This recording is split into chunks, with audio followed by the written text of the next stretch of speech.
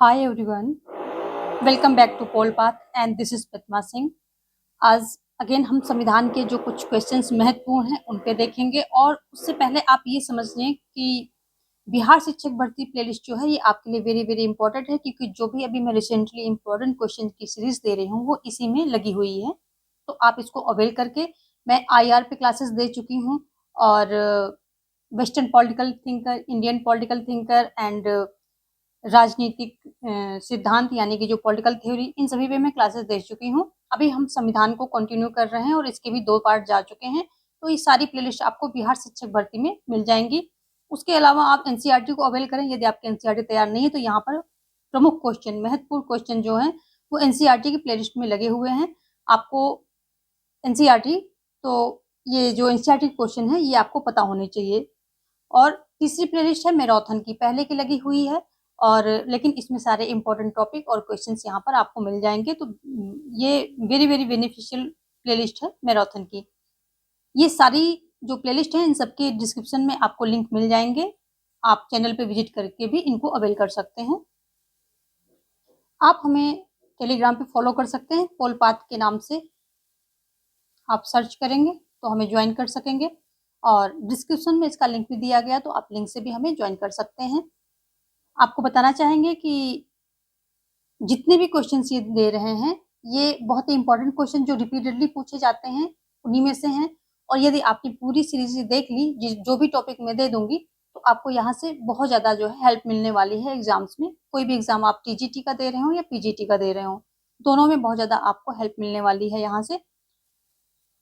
और ये जो अब ये संविधान जैसे ही मेरा कंप्लीट होता है, मैं एक इसका पूरा प्रॉपर एक जगह इसका वीडियो बना दूंगी, ताकि आपको एक ही वीडियो में सारा पूरा संविधान मिल जाए। जैसे ही कंप्लीट होता है ये सारे पार्ट में ऐड ऑन करके एक वीडियो बना दूंगी। और ये सभी वीडियोज पाने के लिए, जो कि कंबाइन करके मैं दूंगी या अलग अलग दूंगी, आप चैनल को सब्सक्राइब कर लें, ताकि आपको सारे नोटिफिकेशन आपको टाइम पे मिलते रहें और आप सारी वीडियोज को अवेल कर पाएँ। यदि आप चैनल पर नए हैं तो सब्सक्राइब कर लें। ये पहले सब्सक्राइब कर रखा है आपने तो नोटिफिकेशन को ऑन कर लें और ऑल पे क्लिक करेंगे, तभी सारी वीडियोज की नोटिफिकेशन आपको मिलेगी और सारी वीडियोज आपके एग्जाम से रिलेटेड ही हैं। तो चलिए देखते हैं आज का क्वेश्चन हम। और वीडियो को लाइक और शेयर करना बिल्कुल मत भूलना। जो भी लोग जुड़े हुए हैं वो सबसे पहले वीडियो को लाइक कर दें, क्योंकि निसंदेह ये वीडियो बहुत ही बेनिफिशियल है। तो डिसलाइक करने का, इसमें आपको पसंद ना आए ऐसा हो ही नहीं सकता है। बहुत ही अच्छे क्वेश्चंस रखे हैं, तो वीडियो को लाइक करके और शेयर करके आगे बढ़ते हैं। पहला क्वेश्चन क्या कह रहा है कि भारत का संविधान मान्यता देता है किसका? केवल धार्मिक अल्पसंख्यक, केवल भाषाई, धार्मिक और भाषाई अल्पसंख्यक, या फिर धार्मिक, भाषाई और निर्जातीय अल्पसंख्यक। तो जो भारत का संविधान है ना, ये देता है धार्मिक और भाषाई अल्पसंख्यक। जो धर्म के अकॉर्डिंग अल्पसंख्यक होंगे और भाषा के अकॉर्डिंग जो अल्पसंख्यक होंगे, उनको क्या देता है? ये मान्यता देता है। तो जो भारत का संविधान है ये अनुच्छेद 29 के तहत क्या करता है? अल्पसंख्यकों को सुरक्षा प्रदान करता है। और अनुच्छेद 30 में अल्पसंख्यक शब्द का प्रयोग किया गया है। ठीक है, तो अनुच्छेद 29 के तहत क्या करता है? सुरक्षा प्रदान करता है। नेक्स्ट देखेंगे, क्वेश्चन नंबर 2 क्या कह रहा है? किसने कहा था कि राज्य के नीति निर्देशक तत्व एक ऐसे चेक की तरह है जिनका भुगतान बैंक की सुविधा पर निर्भर करता है? तो जवाहरलाल नेहरू ऑप्शन में है, BN राव है और BR अम्बेडकर है, KT शाह है। तो ऐसा कहने वाले KT शाह हैं। जहां एक्सप्रेशन की जरूरत नहीं होगी वहां हम फटाफट चलेंगे, क्योंकि आपका टाइम बहुत क्रूशियल है, आपका टाइम बहुत इंपॉर्टेंट है। तो मेरा बिल्कुल भी मोटिव नहीं रहता है कि मैं आपका टाइम वेस्ट करूं, लेकिन जहां एक्सप्लेनेशन की जरूरत होती है वहां पर आपको टाइम देना ही पड़ेगा, क्योंकि टाइम देंगे तभी कॉन्सेप्ट का क्लियर होगा। तो KT शाह हो गए यहाँ पर। देखेंगे हम नेक्स्ट क्वेश्चन। भारत के संविधान में समानता का अधिकार 5 अनुच्छेदों द्वारा किया गया है। वे हैं कौन कौन से हैं? अनुच्छेद 16 से 20 या 14 से 18, अनुच्छेद 15 से 19 है या फिर 13 से 17। तो देखो, जो समानता का अधिकार है वो 5 अनुच्छेदों द्वारा प्रदान तो किया गया है, और किसके द्वारा? 14 से लेकर 18 तक ये इनके अंडर में, यानी कि इनके तहत दिए गए हैं। 14 जो है समता के अधिकार का मूल सिद्धांत प्रतिपादित करता है। तो 14 जो है, ये अगर बोले कि समता के अधिकार का मूल सिद्धांत कौन प्रतिपादित करता है, तो 14 करता है। 14 क्या कहता है कि विधि के समक्ष समानता। ठीक है, जो भारत में सभी व्यक्तियों को विधि के समक्ष समता और विधियों का समान संरक्षण प्रदान करता है। अनुच्छेद 15 क्या कहता है? अनुच्छेद 15 कहता है कि राज्य को धर्म, मूल, वंश, जाति, लिंग या जन्म स्थान के आधार पर विभेद करने से रोकता है। 15 ये कहता है, मैं ऐसे ओरली बोल रही हूँ, आपके लिए न्यू है तो आप लिख लीजिए। 16 क्या कहता है? 16 कहता है कि सार्वजनिक नियोजन के अवसर, जो सार्वजनिक नियोजन होंगे उनमें अवसर की समानता के बारे में ये बात करता है। ठीक है। 17 क्या कहता है? छुआछूत, अस्पृश्यता का अंत की बात करता है। ठीक है, ये छुआछूत की अंत की बात करता है 17। और 18 क्या कहता है? जो उपाधियों का अंत होगा 18 के तहत होगा। सभी उपाधियों का अंत, सिर्फ शैक्षणिक और सैनिक उपाधियां रहेंगी, बाकी सभी उपाधियों का अंत कर दिया जाएगा इनके 18 के तहत। तो ये हो गए 1, 2, 3, 4, 5, आपके 5 हो गए ये अनुच्छेद जिसमें समता का अधिकार प्रतिपादित किया जाता है। ऑप्शन आपका बी राइट है। चलिए देखेंगे नेक्स्ट क्वेश्चन क्या कह रहा है। निम्न में से किस लेख का अर्थ होता है हम हुक्म देते हैं? बंदी प्रत्यक्षीकरण, परमादेश, अधिकार परीक्षा या उत्प्रेषण? तो हम हुक्म देते हैं, हुक्म का मतलब आदेश, परमादेश ये निकल रहा है यहाँ पर। बंदी प्रत्यक्षीकरण का क्या मतलब होगा कि जो व्यक्ति को बंदी किया गया उसे सशरीर जो है कहाँ पे जो जस्टिस है मजिस्ट्रेट के सामने प्रस्तुत किया जाए ताकि वो इसकी गिरफ्तारी को वैध है या अवैध है वो उसको देख सके, जान सके। अधिकार परीक्षा कहता है कि आप किस अधिकार से, जहां पर बैठे हैं, जिस पद पर आप बैठे हैं, किस अधिकार से बैठे हुए हैं। ठीक है। और उत्प्रेषण की बात करें तो उत्प्रेषण ये कहता है, प्रतिषेध व उत्प्रेषण लगभग एक जैसे हैं। प्रतिषेध जब उस समय रिट जारी की जाती है जब कोई कार्यवाही चल रही होती है, यानी कोई कार्यवाही चल रही और जो उच्च न्यायालय या अधीनस्थ न्यायालय के लिए ये रिट जारी करता है और कहता है कि भाई आप ये जो है किस हक से कर रहे हो, यानी कि ये आपके क्षेत्र से बाहर है। लेकिन उत्प्रेषण क्या होता है? जब कार्यवाही समाप्त हो जाती है तब जो है कोई उच्च न्यायालय जो होता है, वरिष्ठ न्यायालय होता है, अधीनस्थ न्यायालय को ये रिट जारी करता है उत्प्रेषण की और कहता है कार्य जो समाप्त होने पर तब कहता है कि आपने जो क्षेत्राधिकार के जाकर बाहर जाकर के काम किया है। तो उत्प्रेषण क्या हो जाता है? बाद में जारी की जाती है, दोनों न्यायालयों से संबंधित है। वरिष्ठ न्यायालय अधीनस्थ न्यायालय को जारी करता है और उसको ये बताता है कि आपने जो है क्षेत्राधिकार से बाहर जाकर के काम किया है। तो ये बाद में होती है। और जो प्रतिषेध होता है तो वो कार्यवाही चल रही होती, उसी समय उसको जो है ये सूचना दे दी जाती है कि आप अपने क्षेत्राधिकार में काम कीजिए या क्षेत्राधिकार से बाहर जाकर के काम ना कीजिए। तो ये सारी बातें हो गई। और जो आर्टिकल 32 है इसके अंतर्गत क्या होता है कि 5 प्रकार की रिट जारी की जाती हैं। 5 प्रकार की रिट जारी की जाती है, चार ये हो गई और 5वीं कौन सी? प्रतिषेध हो जाती है। इनके आपको इंग्लिश में भी नाम आने चाहिए। 5वीं प्रतिषेध हो जाती है। तो ये 5 प्रकार की रिट आर्टिकल 32 के तहत जारी की जाती हैं और उच्च न्यायालय भी ये रिट जारी करता है और सर्वोच्च न्यायालय भी जारी करता है। उच्च न्यायालय 226 के तहत जारी करेगा उच्च न्यायालय, और जो सर्वोच्च न्यायालय 32 के तहत जारी करेगा। दोनों सेम रिट जारी करता है। देखेंगे नेक्स्ट क्वेश्चन। अगला क्या कह रहा है कि निम्न अनुच्छेदों में कौन सा एक शिक्षा के अधिकार से संबंधित है? शिक्षा के अधिकार से कौन सा संबंधित है? अनुच्छेद 20A, अनुच्छेद 21A या अनुच्छेद 22A या अनुच्छेद 22B? तो आपका ऑप्शन हो जाएगा बी।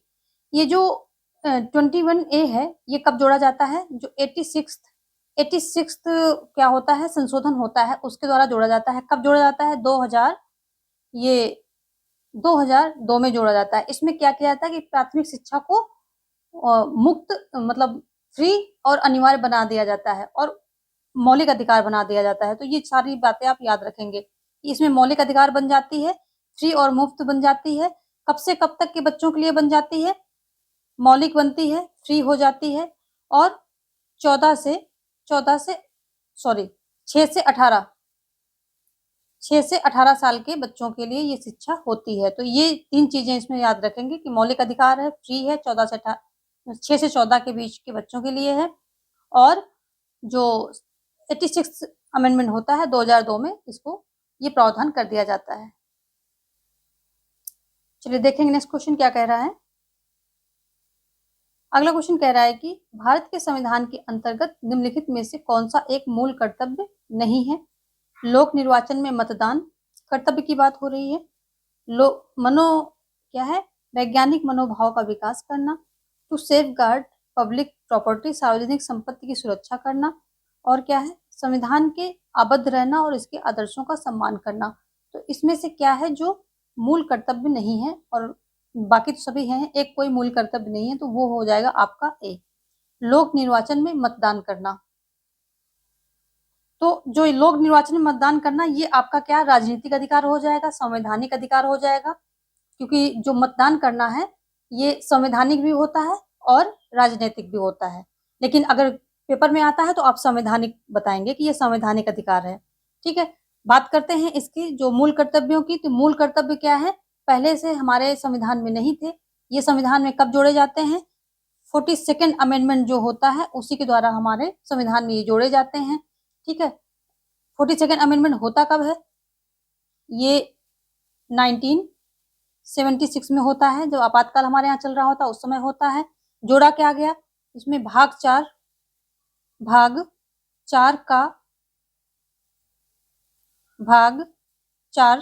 का ये जोड़ा जाता है। ठीक है, और अनुच्छेद की बात करें तो अनुच्छेद जो है, अनुच्छेद कौन जोड़ा था, 51 का ये अनुच्छेद जोड़ दिया जाता है। और टोटल मौलिक अधिकार कितने दिए जाते हैं, 10 मौलिक अधिकार यहाँ पर प्रदान किए जाते हैं, मौलिक अधिकार प्रदान किए जाते हैं। किसकी सिफारिश पे, तो स्वर्ण सिंह समिति होती है, स्वर्ण सिंह समिति, इसकी सिफारिश पे ये मौलिक अधिकार प्रदान किए जाते हैं। और फिर 2002 में 86 अमेंडमेंट, 86वां अमेंडमेंट कब होता है, 2002 में, इसके द्वारा जो है 11वां मूल कर्तव्य जोड़ दिया जाता है, 11वां मूल कर्तव्य जोड़ दिया जाता है। तो ये सारी बातें इससे रिलेटेड हो गई, क्वेश्चन यहीं से बनते हैं, इससे बाहर नहीं जाएंगे। यदि आप सारी चीजें देख लिया यहाँ पर तो क्वेश्चन मूल कर्तव्य से संबंधित इसी में बनेंगे। और 11वें जो कर्तव्य है इसमें क्या है, वही जो हमने अभी भी ऊपर पढ़ा था, 6 से 14 साल तक के बच्चों को फ्री शिक्षा जो सरकार द्वारा दी गई है, तो क्या करेंगे, माता पिता का कर्तव्य है ये कि बच्चों को पढ़ने स्कूल भेजें, यानी कि उनको शिक्षा का अवसर प्रदान करें। जो सरकार ने उनके लिए सुविधा प्रदान की है तो उसमें माता पिता का भी सहयोग है, संरक्षक पर ये जिम्मेदारी दी गई है कि आप उनको स्कूल भेजें। तो ये 11वां मूल कर्तव्य है कि बच्चों को स्कूल भेजें, पेरेंट्स के लिए जोड़ा गया है। चलिए देखेंगे आगे, मौलिक अधिकार के कार्यवाहन को निलंबित करने का अधिकार किसको है, संसद को है, सर्वोच्च न्यायालय को, राष्ट्रपति को, या प्रधानमंत्री को है, किसको है। तो कौन जो है निलंबित करने का अधिकार किसको है, तो राष्ट्रपति को है, ऑप्शन सी यहाँ पर राइट हो जाएगा। जब क्या आपातकाल लगता है तो उस समय क्या होता है कि राष्ट्रपति अनुच्छेद 20 और 21 को छोड़कर अन्य सभी मूल अधिकारों को निलंबित कर सकता है। ठीक है, तो राष्ट्रपति निलंबित कर सकता है, लेकिन ध्यान रखें अनुच्छेद 20 और 21 इनको छोड़कर, इन दोनों को छोड़कर ये कभी निलंबित नहीं होते हैं, आपातकाल है तब भी ये निलंबित नहीं होंगे, तो इनको छोड़कर के निलंबित कर सकता है राष्ट्रपति, ऑप्शन सी आपका राइट होगा। और संसद को जो है, चलो इसके बारे में आगे देखेंगे हम, अभी देखते हैं यहाँ पर नेक्स्ट क्वेश्चन क्या कह रहा है। एक कानूनी कार्यवाही जिसके दौरान किसी व्यक्ति के किसी पद पर सरकारी विशेषाधिकार का चुनौती देने के अधिकार को चुनौती दी जाती है कहलाती है परमादेश की रिट, प्रतिषेध की रिट, उत्प्रेषण की रिट, या अधिकार परीक्षा रिट। तो यदि आपने व्याख्या सुनी होगी तो अभी हमने रिट के बारे में, सबके बारे में बात की थी, तो ये संबंधित हो जाएगा किससे, ऑप्शन यहाँ पर डी राइट हो जाएगा, अधिकार परीक्षा रिट। क्यों, क्योंकि इसमें जो है अनुच्छेद 32 के तहत ये न्यायालय जो है सर्वोच्च न्यायालय पूछेगा, और 226 के तहत उच्च न्यायालय पूछेगा। क्या पूछेगा कि जो है सार्वजनिक अधिकारी के पद प्राप्ति की वैधता की जांच करता है इसमें, कि आप किस हक से या किस दावेदारी से वहां बैठे हैं, यानी कि पूछता है कि आपने जो वहां बैठे हैं आपका वहां दावेदारी सही वास्तविक है भी या नहीं, ये पूछता है। अगर किसी को डाउट हुआ कि कोई गलत तरीके से उस पद पर बैठ गया है, तब ये रिट जारी की जाती है, ऑप्शन डी यहाँ पर राइट हो जाएगा। नेक्स्ट देखेंगे, किसी अनुच्छेद में कहा गया कि किस अनुच्छेद में कहा गया कि राज्य आधुनिक वैज्ञानिक तर्ज पर कृषि और उद्योग को विकसित करने का प्रयास करेगा, अनुच्छेद 48, अनुच्छेद 148, अनुच्छेद 39 या अनुच्छेद 1 114 किसके द्वारा कहा गया है? तो देखो ये जो है 48 के द्वारा कहा गया, ऑप्शन ए यहाँ पर सही हो जाएगा।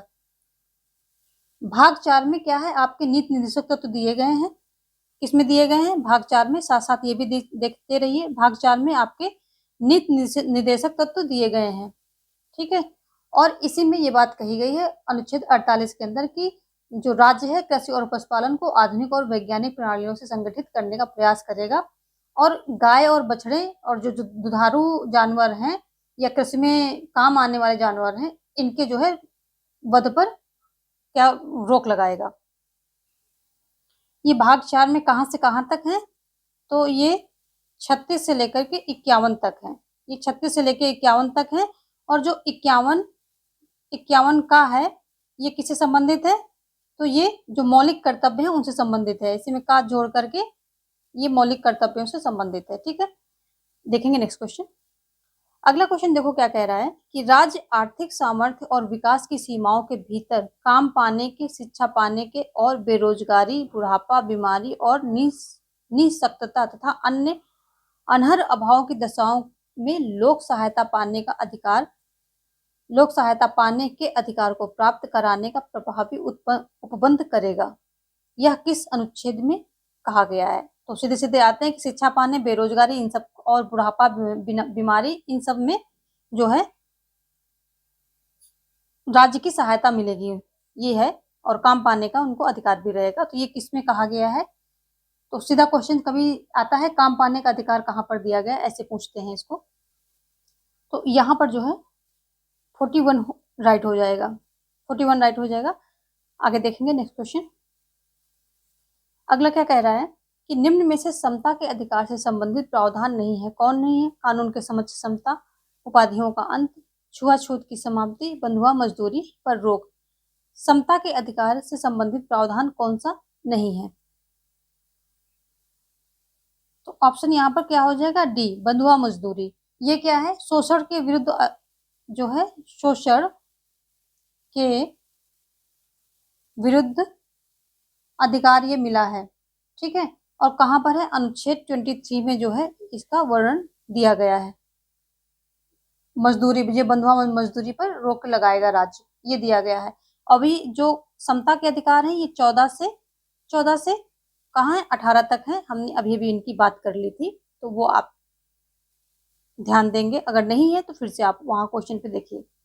नेक्स्ट देखेंगे, सरकार द्वारा निदेशक तत्वों को लागू करने के प्रयासों में शामिल नहीं है। जो निदेशक तत्व हैं इनमें कौन शामिल नहीं है? बैंकों का राष्ट्रीयकरण, न्यूनतम मजदूरी निर्धारण, विद्यालयों के मिड डे मील योजना या उपाधियों का अंत। कौन सा नहीं है? तो देखो इसमें जो है सबसे पहले देखो कि नीति निर्देशक तत्व किस लिए यहाँ पर डाले गए हैं संविधान में। तो ये सामाजिक एवं आर्थिक न्याय की स्थापना के लिए इसको संविधान में रखा गया है। कौन से? ये क्वेश्चन सीधा यहाँ से आता है। सामाजिक और आर्थिक न्याय के लिए क्या किया गया है? इनको समाज में डाला गया है, रखा गया है। और नीति निर्देशक तत्व कहाँ से लिया गया है? ये आयरलैंड से लिए गए हैं, आयरलैंड से लिए गए हैं, ठीक है। और अगर हम बात करें कहाँ है, भाग 4 में है, 36 से 51 के बीच में है। बार बार देखते रहिए, क्वेश्चन यहाँ से बार बार पुटअप होते हैं, ठीक है। और तो देखो 36 से 51, जबकि उपाधियों का अंत 18 में है। कहाँ है? अनुच्छेद 18 में है उपाधियों का अंत। तो यही जो है आपका आंसर हो जाएगा। ये नहीं है, ये नीति निर्देशक में नहीं है। ये कहाँ पर है? 18 में दिया गया उपाधियों का अंत, जबकि निर्देशक तो 36 से 51 के बीच में है। ऑप्शन डी यहाँ पर राइट हो जाएगा आपका।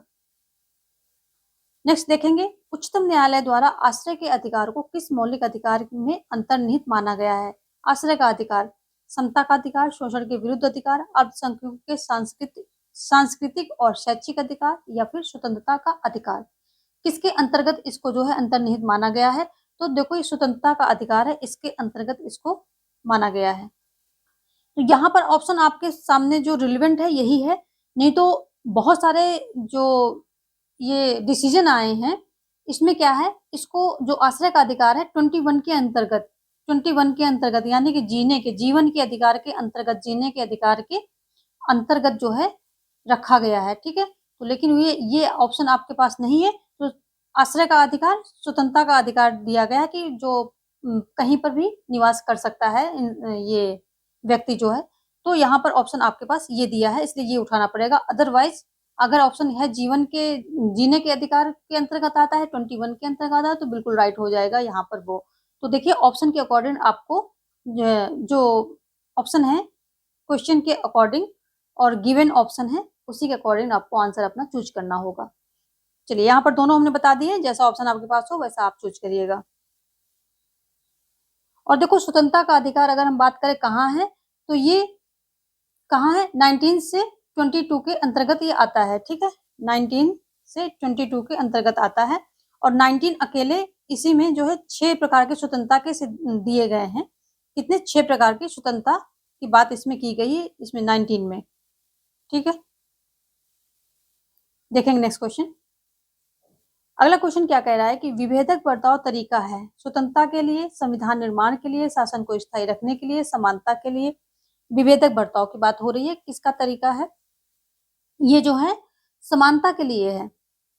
समानता के लिए समझेंगे कैसे है कि जो पिछड़े हुए लोग हैं ना, उनको मेन स्ट्रीम में लाने के लिए, उनको सबके बराबर लाने के लिए उनको कुछ विभेदक बर्ताव यानी कि उनके लिए कुछ छूट दी जाएगी, तो वो उनको तब वो जाके जो पिछड़े हुए लोग हैं, जो एडवांस लोग हैं यानी कि जो उच्च जातियां हैं, उनके बराबर आ पाएंगे। तो इसी को यहाँ पर क्या किया गया, डिस्क्रिमिनेशन किया गया है। कई लोग इसका विरोध भी करते हैं कि जब समानता जो है सबको, ये समानता का अधिकार का उल्लंघन है, लेकिन नहीं, राज्य कहता है ये विभेदक बर्ताव है, यानी कुछ पिछड़े लोगों को सुविधाएं दी जा रही हैं, तो ये उचित है।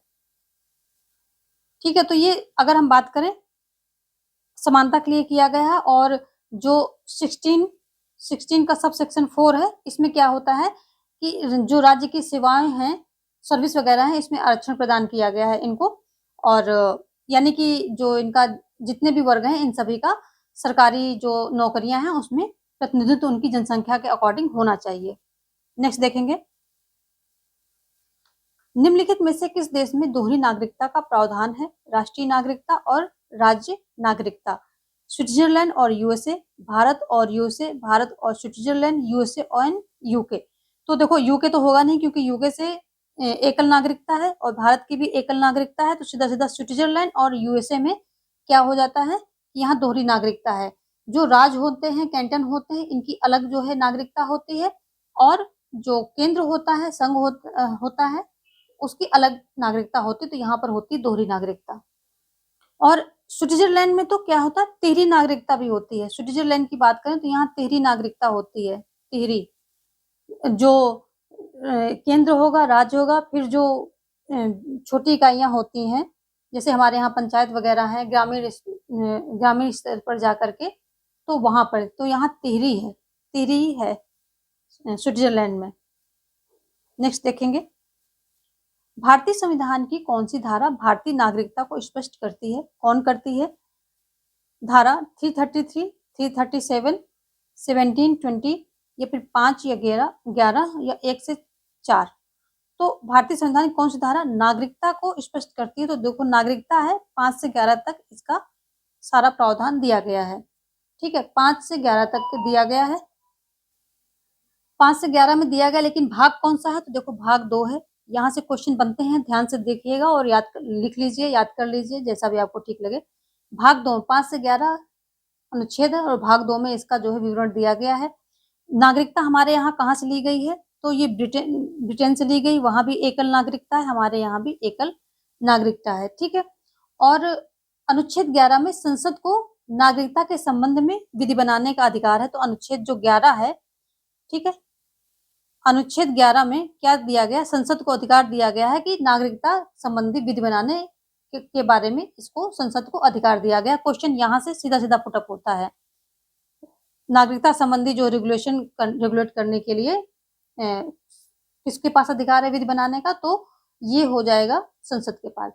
ठीक है, और इसी अधिकार के तहत संसद ने क्या किया था 1955 में क्या किया था कि ये भारतीय नागरिकता अधिनियम पारित किया था। ठीक है, भारतीय नागरिकता अधिनियम 1955 ये पारित किया गया है। ठीक है, 1955 किसके तहत, ये जो 11 अनुच्छेद 11 में अधिकार दिया गया है संसद को रेगुलेट करने का, उसी के तहत। ऑप्शन सी यहाँ पर राइट हो रहा है। देखेंगे नेक्स्ट क्वेश्चन। निम्न में से कौन सा भारतीय संविधान का अनुच्छेद सार्वजनिक सेवाओं के अवसर की समानता प्रदान करता है? सार्वजनिक सेवाओं में कई बार हमने बात कर ली है, फिर भी ऑप्शन देख लेते हैं। 14, 15, 16 या फिर 17। तो देखो, अभी अभी हमने इसको 2-3 बार डिस्कस कर लिया है, और इसलिए डिस्कस किया है ताकि आपको ये लर्न हो जाए। ये सब इंपॉर्टेंट क्वेश्चंस हैं। ऑप्शन यहाँ पर 16, सॉरी 16 नहीं होगा, बी नहीं होगा, 16 होगा तो सी हो जाएगा। ऑप्शन यहाँ पर कौन सा, सी राइट हो जाएगा। और इसमें जो 16 के अंतर्गत 16 का सबसेक्शन 2 है, तो ये क्या कहता है कि राज्य जो है धर्म, मूल, वंश, जाति, लिंग, इन सबके कारण, निवास स्थान, इन सबकी वजह से भेदभाव नहीं करेगा। यानी कि जो सरकार की सेवाएं हैं, राज्य के अंतर्गत जो भी सेवाएं हैं, इसमें सबको समान अवसर देगा। ठीक है। जबकि 16 का सबसेक्शन 4 क्या कहता है कि उनमें आरक्षण की जो सर्विस है उसमें आरक्षण की बात करता है। तो ये सारे सबसेक्शन वाले याद रखना, ये पूछे जाते हैं। ये सभी के लिए समान अवसर की बात करता है 16(2), और भेदभाव ना करने की बात करता है, भेदभाव नहीं किया जाएगा। ठीक है। जबकि जो 4 है वो कहता है कि आरक्षण की बात करेगा, जो कुछ पिछड़ी जातियां हैं उन पर। नेक्स्ट देखेंगे, कौन सा अनुच्छेद के तहत भारतीय नागरिकों को 6 स्वतंत्रताएं दी गई हैं? तो देखो, इसके बारे में मैं एक्सप्लेनेशन में सारी चीजें बताती हुई आ रही हूँ, और क्वेश्चन भी रखे हैं। 18, 19, 20 या 21 कौन सा कहता है? तो ये 19 कहता है। जो अनुच्छेद 19 है, इसमें आपको 6 प्रकार की स्वतंत्रताएं दी गई हैं। तो यहाँ पर अनुच्छेद इसका देख लेते हैं, एक ट्रिक से समझेंगे, आपको इसका सारा सीक्वेंस याद हो जाएगा। ठीक है। और ये ट्रिक आप अगर 1-2 बार देख लेंगे, उसके बाद आप सीक्वेंस, क्योंकि एग्जाम में आता है, आप भूलेंगे नहीं। तो जो 19(1) का ए क्या कहता है? ये अभिव्यक्ति की स्वतंत्रता कहता है। मैं पूरा नहीं लिखूंगी, बोल रही हूँ, अभिव्यक्ति की स्वतंत्रता की बात करता है। ठीक है। और जो 19(1) का जो बी होता है, अब हम बी सी ले लेते हैं, तो ये शांतिपूर्ण सम्मेलन की बात करता है, तो यहाँ हम सम्मेलन लिखेंगे। ठीक है। फिर सी क्या कहता है? सेम आर्टिकल, और उसका सी क्या कहता है? संघ बनाने की, संगम बनाने की, समितियां बनाने की जो है देता है। फिर जो डी क्या कहता है? जो भारत राज्य क्षेत्र है, यहाँ पर अबाध संचरण यानी कि भ्रमण की, अबाध भ्रमण की बात करता है, घूमने फिरने की स्वतंत्रता देता है। ई क्या कहता है? कि राज्य क्षेत्र सर्वत्र कहीं भी बस जाने की, यानी कि कहीं भी बस जाओ, कहीं भी बसने की, रहने की जो है स्वतंत्रता प्रदान करता है पूरे देश में। और एफ क्या कहता है?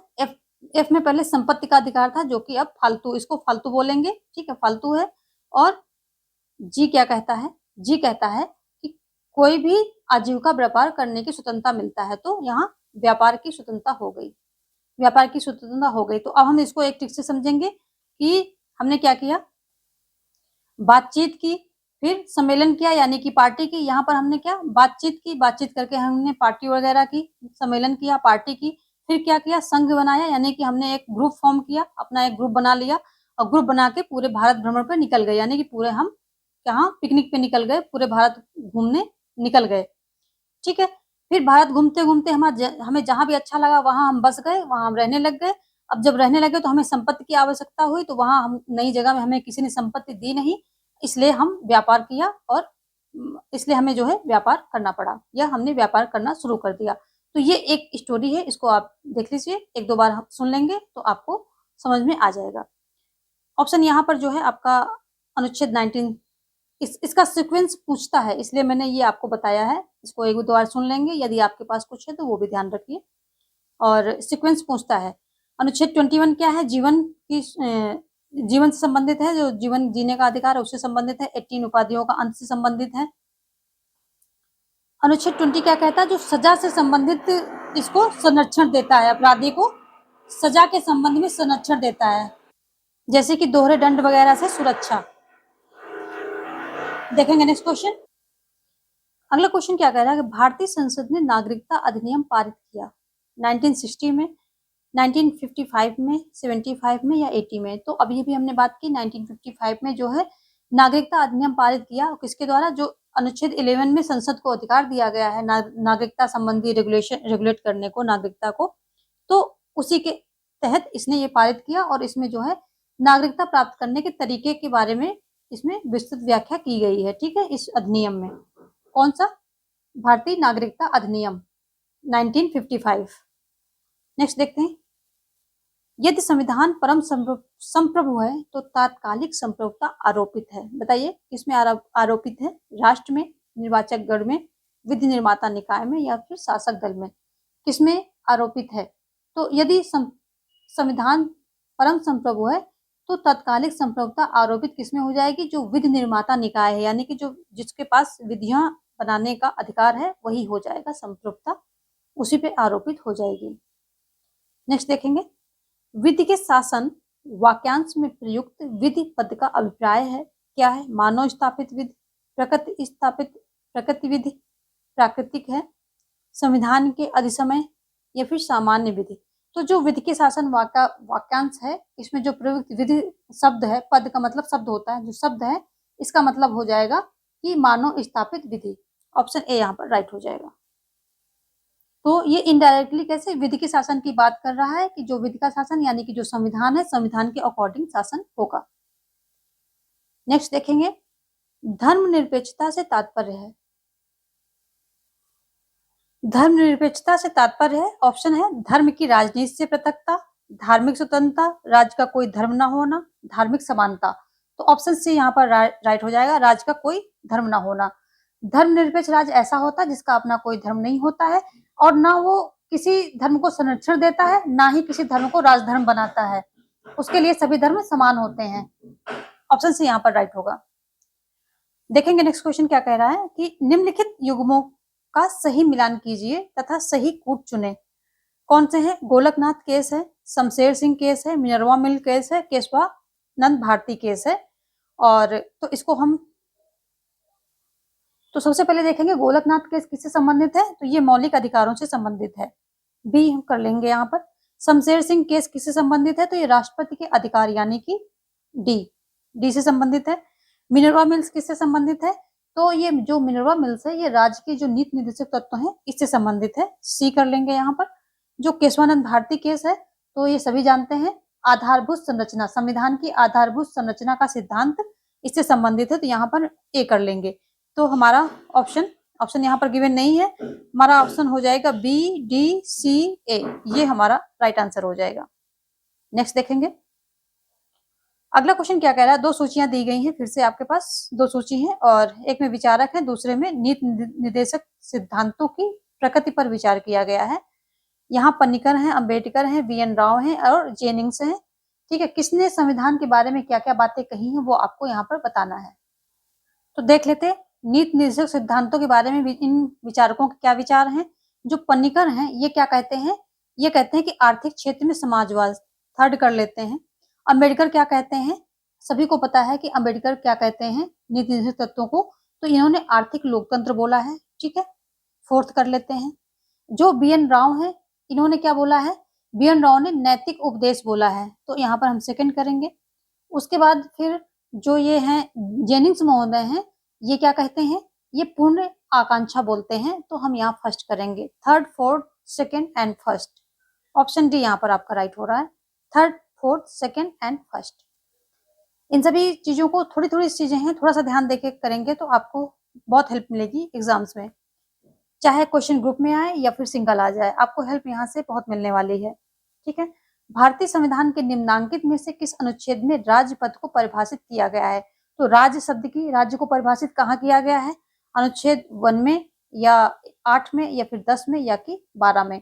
तो देखो जो अनुच्छेद 12 है इसी में राज्य शब्द को परिभाषित किया गया है, ठीक है। ऑप्शन डी यहाँ पर राइट हो जाएगा। जो आपका ये मौलिक अधिकार का भाग है यानी कि भाग 3 है, भाग 3 में ही 12 से 35 तक प्रावधान किए गए हैं इसमें मौलिक अधिकारों के, तो उसी के पहले जो है राज्य शब्द को परिभाषित किया जाता है किसमें? 12 में। राज्य क्या है वो बताया गया है, तो राज्य के अंतर्गत भारत सरकार जो संसद होगा और प्रत्येक राज्य की सरकारें, विधानमंडल और जो अन्य अधिकारी हो जाएंगे प्राधिकारी, ये सारे आ जाते हैं, तो उसी को क्या बोला जाता है? उसी को राज्य बोला जाता है। अनुच्छेद यहाँ पर जो है आपका राइट हो जाएगा 12। आपको ज्ञात होना चाहिए कि कितना 11 तक जो है 11 तक नागरिकता से संबंधित प्रावधान है। कहाँ? 5 से 11 तक भाग 2 में ये दिए गए हैं। तो इसमें जो है अनुच्छेद जो 10 है ये क्या कहता है? 11 जो है संसद को अधिकार प्रदान करता है। 10 क्या कहता है? जो नागरिकों के पास ये रहेगा, नागरिकता संबंधी अधिकार हैं जो भी, तो ये नागरिकों के पास बने रहेंगे, यानी कि उनको कोई छीन नहीं सकता, जबकि कुछ उसके विरोध कुछ काम ना राज्य छीन सकता है यदि उससे कुछ विरोध कार्य करता है, ऐसा। ये तो उनके पास बने रहेंगे। और इसमें जो है 9 है वो इम्पोर्टेंट है। 10 तो ऐसे ही है, जो अनुच्छेद 9 है वो इम्पोर्टेंट है। यदि दूसरे देश की नागरिकता ग्रहण कर ले किसी ने तो भारतीय नागरिकता समाप्त हो जाएगी। 9 क्या कहता है कि जो है अगर दूसरे देश की किसी भारतीय नागरिकता ग्रहण कर ली तो भारतीय नागरिकता समाप्त हो जाएगी, ऐसा ये 9 कहता है। ठीक है, चलिए देखेंगे नेक्स्ट क्वेश्चन। यहाँ पर क्या है कि नीचे दी सूचियां, 2 सूचियां दी गई हैं। एक में भारतीय संविधान का प्रावधान है, दूसरे में देश जहां से उन्हें ग्रहण किया गया है। अब आपको इनको सुमेलित करना है, कोड का प्रयोग करना है। चलिए देखते हैं पहली सूची क्या है। जो पहली सूची है विधि के समक्ष समता, और तो ये कहां से लिया गया है? जो विधि के समक्ष समता है ये ली गई है, ये ग्रेट ब्रिटेन से ली गई है, तो हो जाएगा इंग्लैंड। यहाँ पर दूसरा हो जाएगा विधि का समान संरक्षण संयुक्त राज्य अमेरिका से है, 1 कर देंगे। विधि द्वारा स्थापित प्रक्रिया कहाँ है? ये जो है जापान से है, तो 3 का 3 ही हो जाएगा। विधि के जो है विधि द्वारा स्थापित प्रक्रिया ये संबंधित है जापान से, और ये कई बार पूछा जाता है। शैक्षिक संस्थाओं के लिए राज्य द्वारा अनुदान, तो ये है आयरलैंड से, तो 3 का 3, 4 का 4 ही हो जाएगा। और ये 2-1 यहाँ से हो जाएगा, तो आपका हो जाएगा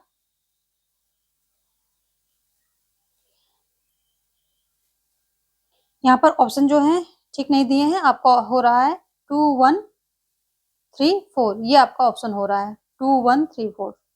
नेक्स्ट देखेंगे अगला क्या कह रहा है कि भारतीय संविधान का अनुच्छेद 38 प्रदान करता है। क्या प्रदान करता है? संरक्षण, आर्थिक क्रियाकलाप, सामाजिक क्रियाकलाप या कल्याणकारी राज्य।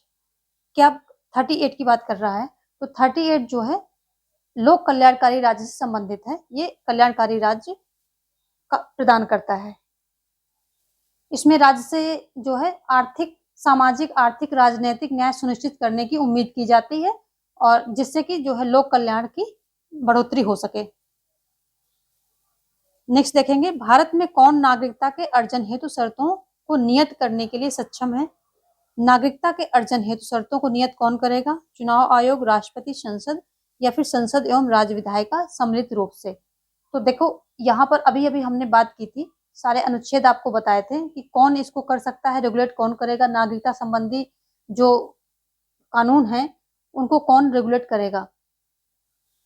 तो ऑप्शन सी यहाँ पर राइट होगा। अनुच्छेद 11 के तहत इसको ये अधिकार दिया गया है। ठीक है, अनुच्छेद 11 के तहत इसको ये अधिकार दिया गया है कि ये नागरिकता संबंधी कानूनों को रेगुलेट करे। नेक्स्ट देखेंगे भारतीय संविधान के किस भाग में मौलिक अधिकारों के विवरण दिए गए हैं? मौलिक अधिकार के विवरण, देखिए भाग भी पूछेगा आपसे और अनुच्छेद भी पूछेगा। जो ये मेन है 4-5 तक मौलिक अधिकार हो गए, नीति निर्देशक हो गए, और पार्ट 1 नागरिकता हो गई, पार्ट 2 ये सब जो है आपसे पूछेंगे। तो भाग 1, 2, 3 या फिर 4। तो मौलिक अधिकार जो है कहाँ पर दिए गए हैं? ये दिए गए हैं आपके भाग 3 में दिए गए हैं। ठीक है, और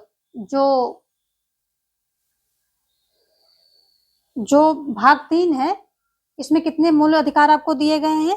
अभी 6 हैं, लेकिन पहले कितने थे? 7 थे।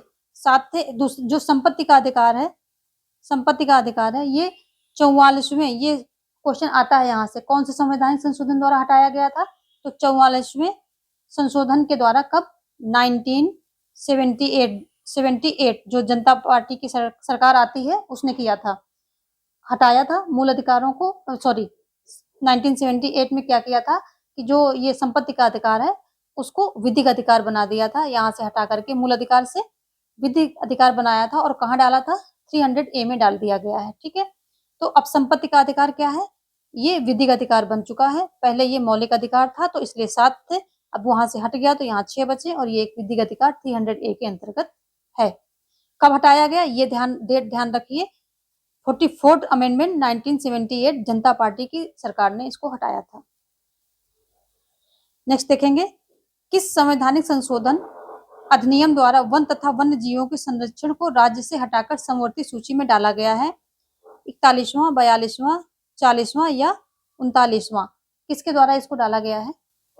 तो देखो, हमने क्वेश्चन अब इसलिए मैं ज्यादा रख रही हूँ क्योंकि आप लोग कहते हैं मैम एक क्वेश्चन में एक ही ऑप्शन समझाएं, सब खिचड़ी पक जाती है। तो अब क्या कर रहे हैं, हम एक्सप्लेन तो थोड़ा बहुत कर देते हैं, लेकिन क्वेश्चन भी टाइप ऑफ रख रहे हैं कि आपको सब तरह के क्वेश्चन मिले, इसलिए क्वेश्चन ज्यादा आएंगे। क्योंकि आप लोग कहते हैं कि एक ही क्वेश्चन में एक से ज्यादा ऑप्शन ना बताएं, खिचड़ी पक जा रही है। तो ठीक है, आपकी खिचड़ी ना पके इसलिए हमें थोड़ा सा क्वेश्चन ज्यादा रखने पड़ेंगे। तो ये हमने वैसे आपको क्या है, ये आ जाएगा आपका 42वां संविधान संशोधन के द्वारा इसको रखा गया था। ऑप्शन बी यहाँ पर राइट हो जाएगा। कब रखा गया था? 1976 में। ठीक है, जो 42वां संविधान संशोधन है इसको लघु संविधान भी कहा जाता है क्योंकि इसमें बहुत सारे अनुच्छेद जो है जोड़े गए थे, बहुत सारा चेंजेस किए गए थे। ठीक है, इंदिरा गांधी के समय में ये होता है। देखेंगे नेक्स्ट क्वेश्चन, ये जो वन्य जीव संरक्षण है राज्य से हटाकर समवर्ती सूची में डाल दिया गया था ताकि दोनों देख सकें, केंद्र और राज्य दोनों। निम्नलिखित में से कौन सा युग्म सुमेलित नहीं है?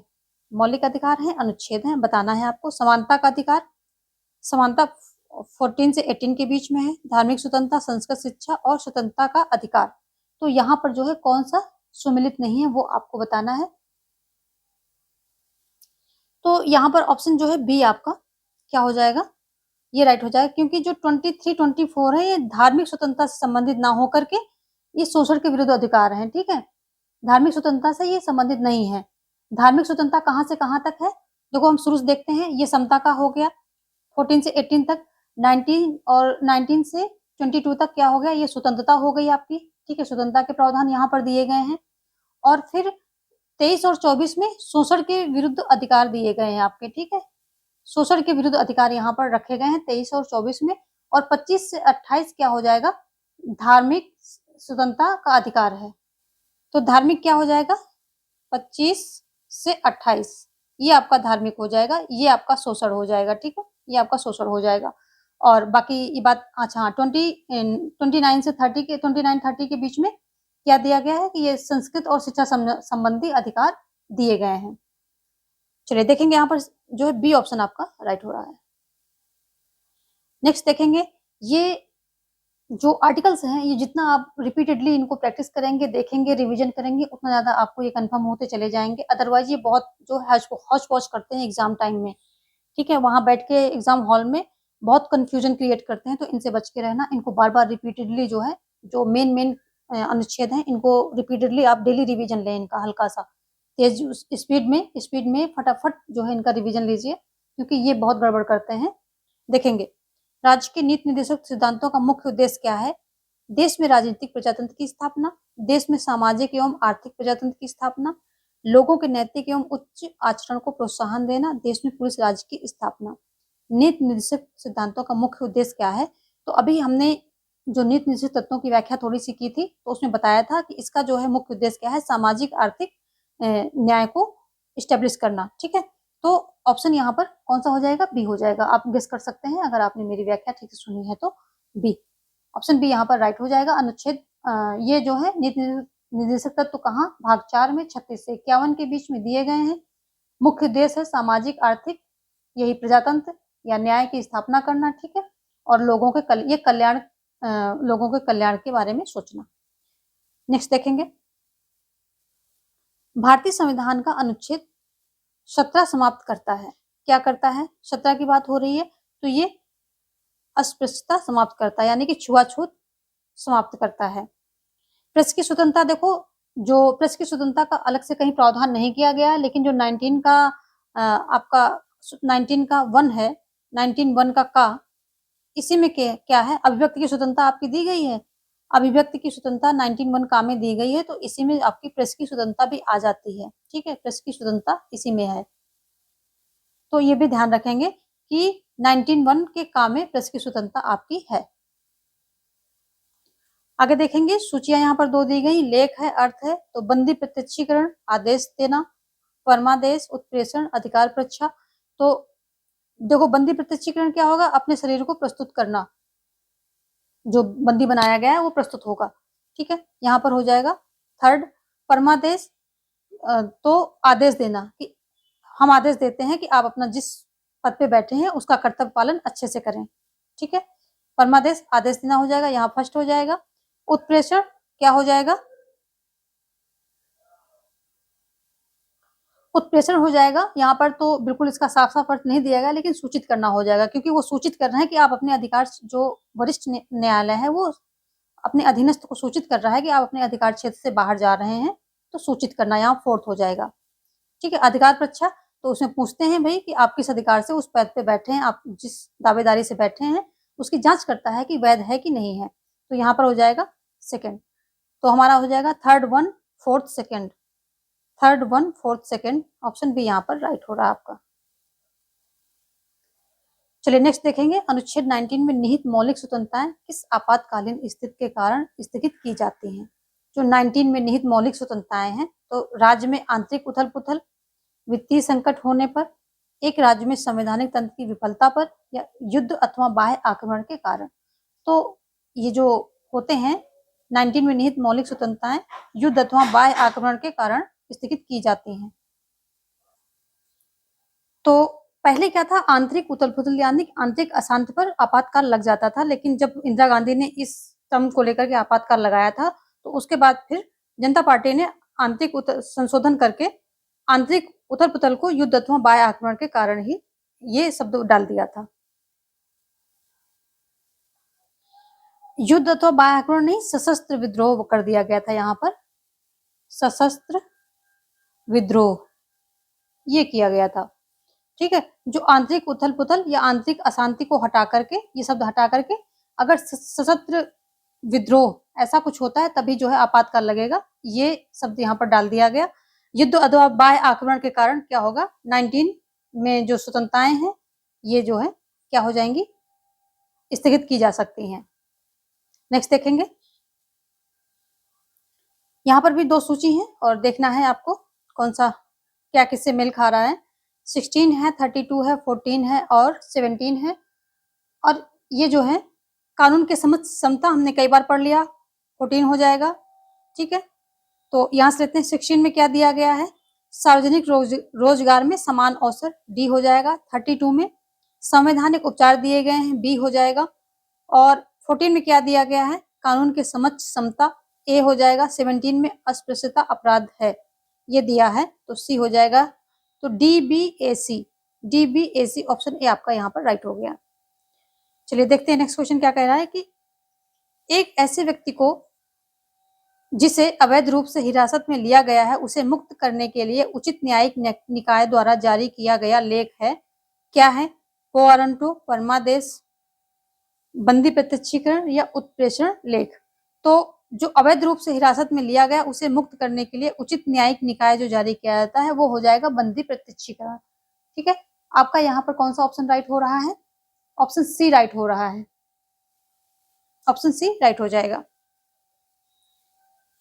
नेक्स्ट देखेंगे, निवारक निरोध के कानून के अधीन किसी व्यक्ति को कितने दिनों तक बंदी बनाया जा सकता है। तो निवारक निरोध के कानून के में किसी व्यक्ति को 3 माह के लिए बंदी बनाया जा सकता है, 3 माह के लिए। और निवारक निरोध होता क्या है ये भी जान लें। निवारक निरोध वो होता है कि शक के बिना पर, यानी कि किसी पर संदेह है कि ये अपराध कर सकता है या नहीं है, अपराध आगे ये कर सकता है, आने वाले समय में रिसेंट टाइम में ये अपराध कर सकता है, तो उस आधार पे उसको जो है बंदी बना लिया जाता है ताकि शांति और सुरक्षा कायम रहे। ठीक है, 3 माह के लिए, यहाँ ऑप्शन आपका राइट है। निम्न में से कौन सा जोड़ा विमेल है, अनुच्छेद 39A, 41, 51, 13, यहाँ पर 3 दिए गए हैं, तो 39A के तहत निःशुल्क विधिक सहायता है, बिल्कुल राइट है। ये भी जो है बाद में जोड़ा गया, पहले से ये संविधान में नहीं था, बाद में जोड़ा गया है। 42nd अमेंडमेंट के द्वारा ये भी जोड़ा गया था। निःशुल्क विधिक सहायता यानी कि कोई गरीब है, कोई वकील नहीं कर सकता है, तो उसको निःशुल्क विधिक सहायता उसको सुरक्षा दिलाने के लिए दी जाएगी। अनुच्छेद 41 क्या कहता है, अभी हमने थोड़ी देर पहले बात की थी, कुछ दशाओं में काम करने का ये अधिकार मांगता है। 51 क्या कहता है, जो 51 है वो अंतरराष्ट्रीय शांति और सुरक्षा की अभिवृद्धि के बारे में बात करता है। इसमें है कि जो संधियां हैं वो मानी जाए और जो रिश्ते हैं उनको ठीक रखा जाए, ऐसी बातें की गई। तो अंतर्राष्ट्रीय शांति और सुरक्षा से संबंधित आर्टिकल 51 है, बहुत पूछा जाता है। और ये भी पूछा जाता है 31A, तो ये दोनों ही इंपॉर्टेंट हैं। अनुच्छेद 13 विधि के समझ क्षमता, तो इसको हमने कई बार पढ़ा, यही आपका जो है विमेल है, यानी कि सही नहीं है। विधि के समझ क्षमता किसमें? 14 में दिया गया है।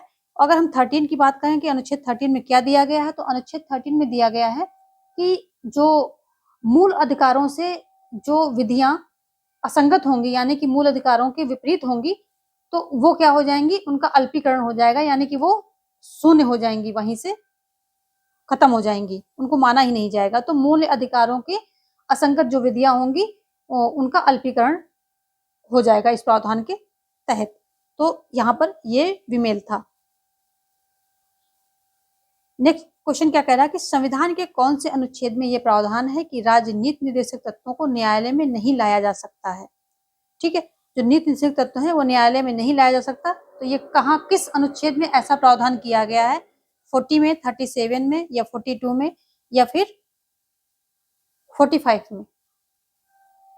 तो यहाँ पर जो है आपका 37 हो जाएगा, अनुच्छेद 37। 36 से लेकर के 51 तक आपके निर्देशक तत्व हैं, भाग 4 में है, ठीक है। और 37 में ये बात कही जाती है कि इनको न्यायालय में नहीं लाया जा सकता है, इनको न्यायालय द्वारा लागू नहीं करवाया जा सकता है, ये राज्य की मर्जी है कि वो करे या ना करे। आगे देखेंगे। नेक्स्ट क्या कह रहा है कि भारतीय संविधान में नीति निर्देशक तत्व किसके लिए हैं? भारतीय नागरिकों के लिए हैं, उच्च न्यायालय के लिए, राष्ट्रपति के लिए, या फिर सरकार के लिए? तो देखो, ये जो नीति निर्देशक तत्व हैं ये पूरी तरह से क्या है? भारतीय नागरिकों के लिए है। ऑप्शन यहाँ पर कौन सा, ऑप्शन यहाँ कौन सा सही होगा? ऑप्शन डी राइट होगा। भारतीयों के नागरिकों के लिए बनाए गए हैं, लेकिन ये निर्देश किसको दे रहे हैं? निर्देश किसको? देखो यहाँ पर ऐसी गलतियां होती हैं, भारतीय नागरिकों के लिए नहीं, इनके लिए बनाए गए हैं, लेकिन ये निर्देश किसको दे रहे हैं? सरकार को दे रहे हैं, राज्य को दे रहे हैं, और राज्य का एजेंट कौन है? सरकार है, तो सरकार को दे रहे हैं। ऑप्शन डी यहाँ पर राइट होगा। आगे देखेंगे। भारतीय संविधान में राज्य नीति निर्देशक तत्वों का उद्देश्य है साम्यवादी राज्य की स्थापना, पूंजीवादी राज्य की स्थापना, लोक कल्याणकारी राज्य की स्थापना, अध्यक्षात्मक लोकतंत्र की स्थापना। तो इसके बारे में हमने डिस्कस कर लिया है कि जो नीति निर्देशक तत्व हैं इनका उद्देश्य है लोक कल्याणकारी राज्य की स्थापना करना और सामाजिक आर्थिक व्यवस्था को बनाए रखना, यानी सामाजिक आर्थिक जो न्याय है उसको स्टैब्लिश करना। ये सब इसके उद्देश्य है। यहाँ पर ऑप्शन सी आपका अकॉर्डिंग टू जो गिवन ऑप्शन है इसमें ऑप्शन सी आपका राइट हो रहा है। नेक्स्ट देखते हैं। बंदी प्रत्यक्षीकरण का संबंध इनमें से किससे है? लोकसभा अध्यक्ष द्वारा बंदी सांसदों की मुक्ति का आदेश देने से, न्यायिक अवमानना का आरोप में बंदी बनाने से, जेल व्यवस्था में सुधार, या मौलिक अधिकार से? तो बंदी प्रत्यक्षीकरण का संबंध इसमें से किसमें से है वो आपको देखना है। ऑप्शन डी यहाँ पर राइट होगा, मौलिक अधिकार से। क्यों है मौलिक अधिकार से? क्योंकि जब मौलिक अधिकार का हनन होता है तो उसके द्वारा क्या है, 32 आर्टिकल 32 के तहत या 226 के तहत क्या होता है कि ये न्यायालय जो है 5 प्रकार की रिट जारी करता है। कौन कौन से जारी करता है? बंदी प्रत्यक्षीकरण, परमादेश, प्रतिषेध, अधिकार परीक्षा और उत्प्रेषण। कई बार हमने लिख के दिखाया है, अभी ऐसे ओरली बोलेंगे और आप समझेंगे। तो ठीक है, इस प्रकार ये बंदी प्रत्यक्षीकरण का संबंध मौलिक अधिकार से हो जाता है। चलिए देखेंगे आगे। निम्नलिखित में से किस अधिकार का वर्णन डॉक्टर अंबेडकर ने संविधान के हृदय एवं आत्मा के रूप में किया है? समानता का, स्वतंत्रता का, संपत्ति का अधिकार, या संवैधानिक उपचारों का अधिकार? तो देखो, संवैधानिक उपचारों के अधिकार को ही इन्होंने संविधान के हृदय एवं आत्मा के रूप में वर्णित किया है। नेक्स्ट देखेंगे। अगला क्वेश्चन क्या कह रहा है कि यदि राज्य सरकार राजनीति निर्देशक सिद्धांतों का क्रियान्वयन नहीं करती है तो उसे पालन कराने के लिए कौन बाध्य कर सकता है? भारत का सर्वोच्च न्यायालय, मतदाता, विपक्ष, संसद? तो देखो ये क्या है, ये जो नीति निर्देशक हैं ये प्रवर्तित नहीं हो सकते हैं, यानी कि इनको लागू नहीं करा सकता है कोई, ये न्यायालय हो या फिर कोई कानूनी कार्रवाई करके इनको लागू नहीं कराया जा सकता। लेकिन हाँ, क्योंकि सरकार को जनता के सामने बार बार जाना पड़ता है, और अगर वो जनता के अकॉर्डिंग काम नहीं करेगी, कि जनता की भलाई के लिए वो काम नहीं करेगी, तो वो हटा दी जाएगी। इसलिए मतदाता ही करवा सकता है ये, ठीक है। कौन बाध्य करा सकता है? मतदाता। क्योंकि जो ये नीति निर्देशक तत्व हैं, ये क्या है? प्रवर्तनीय नहीं है, किसी भी न्यायालय में इनके खिलाफ याचिका दायर नहीं की जा सकती है।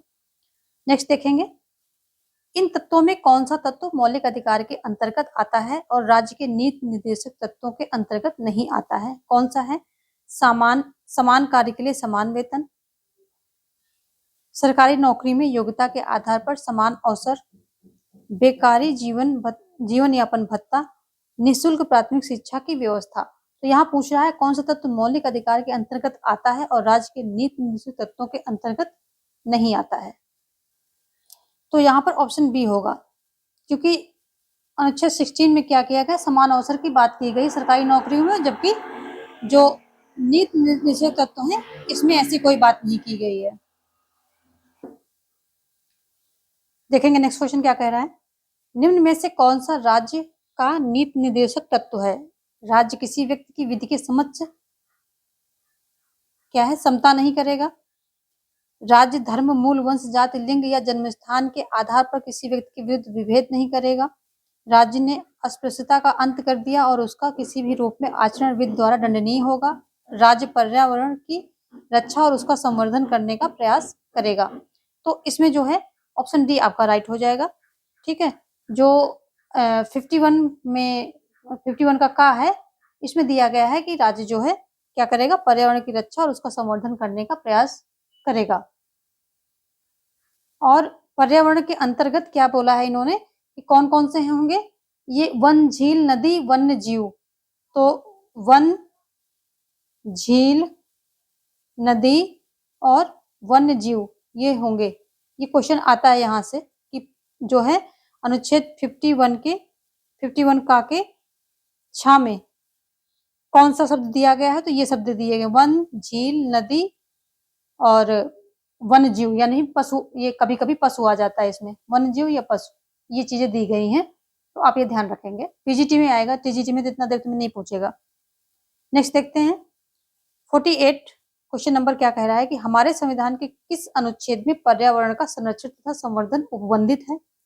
संरक्षण तथा संवर्धन, तो देखो ये 48 का में जो है उपबंधित है। ऑप्शन यहाँ पर कौन सा हो जाएगा? बी हो जाएगा। और 48 में क्या हो बताया गया? अभी भी हमने पढ़ा था कि जो है वैज्ञानिक तरीके से कृषि की जाएगी और जो दुधारू पशु हैं और कृषि के उपयोगी पशु हैं उनके वध पे रोक लगाई जाएगी। तो यहाँ पर ये ध्यान रखेंगे। और जो 48 का है, तो ये भी क्या है? पहले से नहीं होता है, ये 42वें संविधान संशोधन द्वारा जोड़ा जाता है, जो कि कब होता है? 1976 में होता है। इसी में ये जोड़ दिया जाता है और ये सारी बातें इसमें राज्य पर्यावरण के संरक्षण एवं संवर्धन का और वन एवं वन जीवों की रक्षा के लिए प्रयास करेगा। तो ये क्वेश्चन ये जो है ये भी बहुत पूछा जाता है, ये भी बहुत पूछा जाता है, ये भी इम्पोर्टेंट है, ये भी इम्पोर्टेंट है और ये भी इम्पोर्टेंट है, ये बार बार पूछे जाते हैं। चलिए देखेंगे नेक्स्ट क्वेश्चन। अगला क्या है कि मौलिक कर्तव्यों का विचार प्राप्त किया है किसने?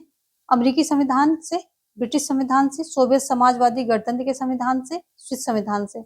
जो मौलिक कर्तव्य का विचार है सोवियत समाजवादी गणतंत्र के संविधान से हमने लिया है, ठीक है। और मौलिक अधिकार कहाँ से लिए हैं? तो मौलिक अधिकार हमने लिए हैं अमेरिका से, यूएसए से, ये ध्यान रखेंगे। ये सारे बार बार पूछे जाने वाले क्वेश्चन हैं। नेक्स्ट देखते हैं क्या कह रहा है कि निम्नलिखित में से भारतीय संविधान के नागरिकों के मौलिक कर्तव्य कौन कौन से हैं? राष्ट्रध्वज तथा राष्ट्रगान का सम्मान करना, आवाहन करने पर राष्ट्र को सेवा अर्पित करना, सामाजिक सुधार का प्रयास करना, अपनी साझा संस्कृति की समृद्ध धरोहर को महत्व प्रदान करना तथा उसका संरक्षण करना। कूट भी आपके नीचे दे दिए गए हैं और इसमें से बताना है कि कौन सा ऑप्शन आपका राइट है।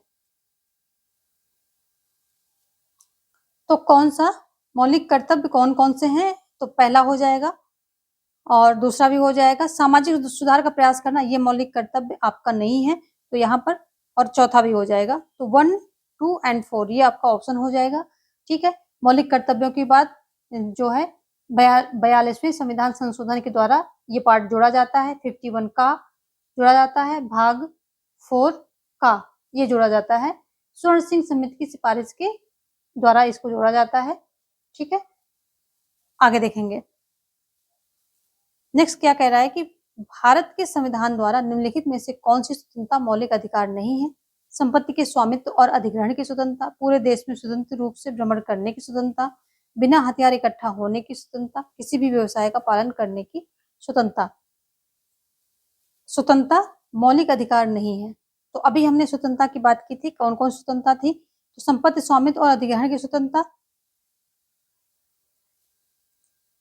कौन सा यहाँ पर राइट होगा? संपत्ति के स्वामित्व और अधिग्रहण की स्वतंत्रता। जो संपत्ति के स्वामित्व और अधिग्रहण की स्वतंत्रता है, ये क्या बन चुका है? अब ये विधिक अधिकार बन चुका है। ठीक है, पहले ये था, कहाँ पर था? जो ये सब किसके 19 की, इनकी हमने बात की ना, अभी अभी बात की थी, इकट्ठा होने की स्वतंत्रता और व्यवसाय की स्वतंत्रता 19 में दिया गया है।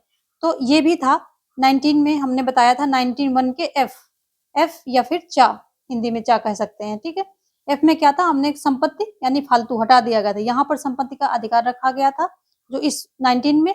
और कहाँ रखा था इसका विवरण? तो ये जो मौलिक अधिकार थे, मौलिक अधिकार के जो 31 अनुच्छेद 31 था, इसमें रखे थे। ये दो जगह पर ये संपत्ति का अधिकार था और ये एक मौलिक अधिकार था। लेकिन फिर इसको 44th अमेंडमेंट 1978 के द्वारा यहाँ से हटा करके कहाँ रख दिया? 300A में रख दिया। ठीक है, 300 का कह लीजिए, ए कह लीजिए, वहां रख दिया। अब ये एक विधिक अधिकार है। नेक्स्ट देखेंगे, यहाँ पर ऑप्शन ए आपका राइट हो जाएगा। बाकी ये तीनों जो 19 के अंतर्गत आ जाते हैं आपके। नेक्स्ट है, निम्न में एक नैतिक कर्तव्य है, कर देना, माता पिता द्वारा बच्चों को शिक्षा प्रदान करना, सैनिक सेवा करना, इनमें से कोई नहीं। यहाँ पर नैतिक कर्तव्य की बात हो रही है और इसका भी डिस्कशन मैं अभी अभी कर चुकी हूँ, कौन सा नैतिक कर्तव्य है। तो जो 11वां मौलिक कर्तव्य जोड़ा गया है कि माता पिता अपने बच्चों को पढ़ने का अवसर प्रदान करेंगे, शिक्षा प्रदान करेंगे, तो वो वही है नैतिक कर्तव्य। माता पिता द्वारा, ये माता पिता का नैतिक कर्तव्य है कि अपने बच्चों को स्कूल भेजें, जहाँ स्कूल में जो फ्री शिक्षा दी जा रही सरकार के द्वारा, उसको भेजें, बच्चों को अवसर प्रदान करें। नेक्स्ट देखेंगे, हमारे संविधान के भाग 3 में उपबंधित धर्म की स्वतंत्रता का अधिकार की अभिव्यक्ति किस प्रकार की गई है? नकारात्मक, सकारात्मक, इनमें से दोनों, या फिर कोई नहीं? तो ये दोनों है। ये समय के अनुसार नकारात्मक भी हो सकती है और सकारात्मक हो सकती है समय के अकॉर्डिंग, तो इनमें से दोनों हो जाएगा। और कहाँ ये धार्मिक जो ये हैं धर्म से संबंधित अनुच्छेद या कौन कौन से हैं? तो ये हो जाएंगे 25 से 28 तक इनका प्रावधान किया गया है। नेक्स्ट देखेंगे, मौलिक अधिकार और मूल कर्तव्य में मौलिक अंतर क्या है? जो बेसिक अंतर है क्या है? मौलिक अधिकार राज्य द्वारा नागरिकों को प्रदत्त है, जबकि मूल कर्तव्य नागरिकों के दायित्व के रूप में वर्णित है। मौलिक अधिकार और मौलिक कर्तव्य परस्पर पूरक है। मौलिक अधिकार व्यक्ति विशेष के लिए, जबकि मूल कर्तव्य सभी नागरिकों के लिए है।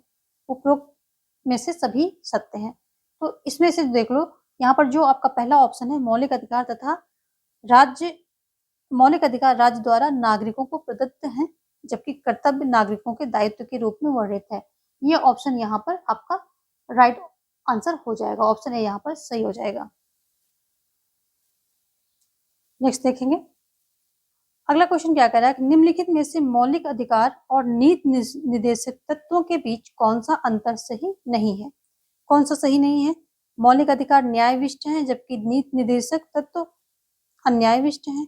मौलिक अधिकार नकारात्मक है, जबकि नीति निर्देशक तत्व सकारात्मक है। मौलिक अधिकार राज्य को असीमित शक्ति प्रदान करते हैं, जबकि नीति निर्देशक तत्व राज्य पर सीमाएं लगाते हैं। मौलिक अधिकारों का कानूनी महत्व है, जबकि नीति निर्देशक तत्वों का आदर्श मात्र है। तो देखो ये सभी सही हैं, पहला, दूसरा और चौथा सभी सही है। सी ऑप्शन यहाँ पर गलत है कि मौलिक अधिकार राज्य को असीमित शक्ति प्रदान करते हैं और जबकि निर्देशक तत्व क्या करते हैं? सीमाएं लगाते हैं। तो ये सही नहीं है। और यहाँ पर देखेंगे जो मौलिक अधिकार हैं ये 12 से, ये मौलिक अधिकार कहाँ से 12 से 35 के बीच में दिए गए हैं और अगर हम नीति निर्देशक तत्वों की बात करें तो ये कहाँ से कहाँ तक दिए गए, ये 36 से 51 के बीच में आपको प्रोवाइड किए गए हैं। ठीक है, कहाँ से, 36 से 51। ये बार बार मैं इसलिए रिपीट कर रही हूँ क्योंकि ये पूछे जाते हैं। देखेंगे नेक्स्ट क्वेश्चन। अगला क्वेश्चन क्या कह रहा है कि भारतीय संविधान के किस अनुच्छेद के अंतर्गत कोई नागरिक अपने मौलिक अधिकार की रक्षा के लिए उच्च न्यायालय में याचिका दायर कर सकता है। किस अनुच्छेद के तहत जो नागरिक है मौलिक अधिकार की रक्षा के लिए उच्च न्यायालय में याचिका दायर करेगा, तो इसको भी अभी हमने बताया था 226 यानी कि 226 के तहत कोई भी नागरिक मौलिक अधिकार का हनन होने पर यहाँ पर याचिका क्या कर सकता है कि दायर कर सकता है। ऑप्शन यहाँ पर राइट हो जाएगा आपका सी। और उच्च न्यायालय भी कितनी 5 रिट जारी करता है, जैसे सर्वोच्च न्यायालय करता है, तो ये भी 5 प्रकार की रिट जारी करता है जिनकी अभी हमने कई बार बात कर ली है। और 32 के तहत सर्वोच्च न्यायालय जो है रिट जारी करता है, वो भी 5 प्रकार की जारी करता है, सेम रिट जारी करता है, बस आर्टिकल्स अलग अलग हो जाते हैं। नेक्स्ट देखेंगे, निम्नलिखित युग्म में से कौन सा एक सही सुमेलित नहीं है। अनुच्छेद 14 कह रहा है विधि की समझ समानता, 21 कह रहा प्राण एवं दैहिक स्वतंत्रता का संरक्षण, अनुच्छेद 25 कह रहा धार्मिक कार्यों में प्रबंध की स्वतंत्रता, और 23 कह रहा है मानव के दुर्व्यापार और बड़ा श्रम का प्रतिषेध। तो देखिए ये थोड़ा सा डेप्थ में क्वेश्चन है। अनुच्छेद 25 में से 28 तक धार्मिक कार्यों की बात तो की जाती है, लेकिन अगर हम स्पेशली 25 की बात करें तो 25 में क्या बताया जाता है कि जो कोई व्यक्ति अंतःकरण और धर्म की अबाध रूप से मानने की स्वतंत्रता किसी व्यक्ति को दी जाती है। ठीक है, और जो धार्मिक कार्यों का प्रबंध की स्वतंत्रता अगर हम बात करें तो ये 26 में दी जाती है। यहाँ प्रबंध की बात की गई है तो ये 26 में दिया गया है, 25 में दिया गया है। 25 में जो है अंतःकरण और धर्म के अबाध रूप से मानना, आचरण और प्रचार प्रसार करने की ये सारी स्वतंत्रताएं दी गई हैं। तो यहाँ ध्यान रखेंगे, यहाँ पर जो प्रचार प्रसार मानने की स्वतंत्रता है और यहाँ पर 26 में क्या है प्रबंध की स्वतंत्रता दी गई है।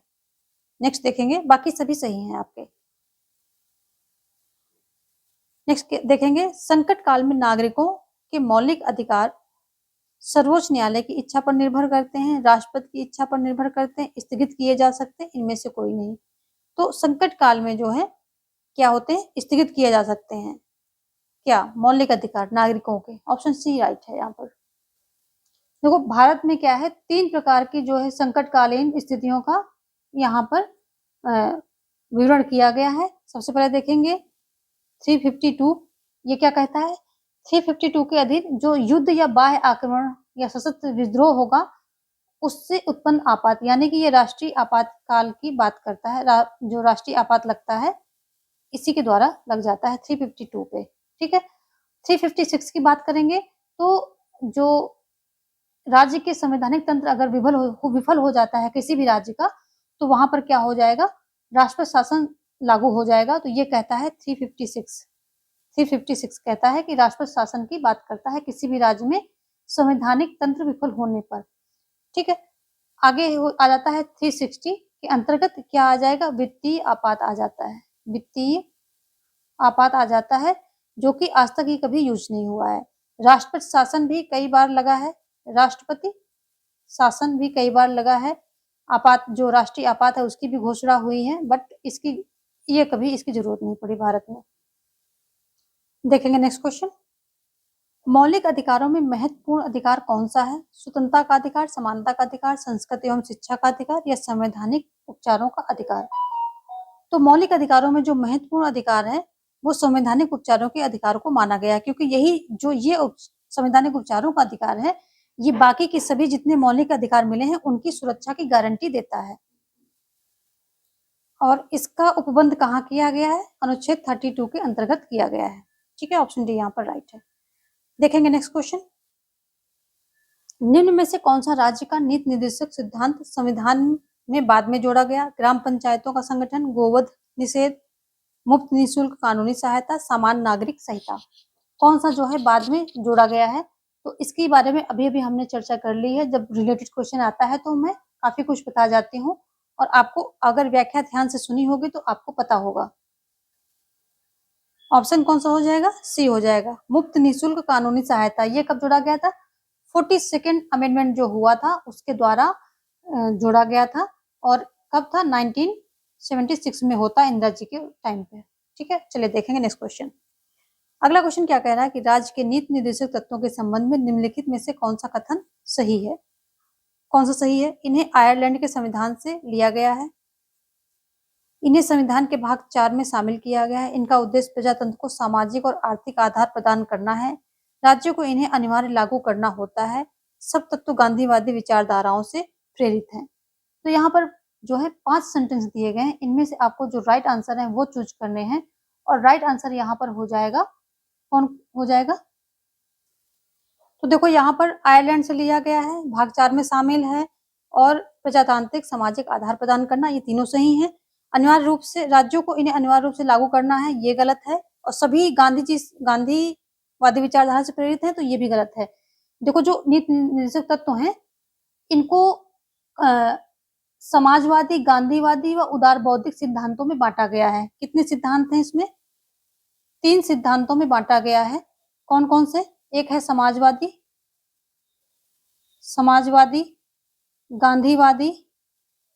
गांधीवादी और उदार बौद्धिक, यानी कि लिबरलिज्म, उदार बौद्धिक।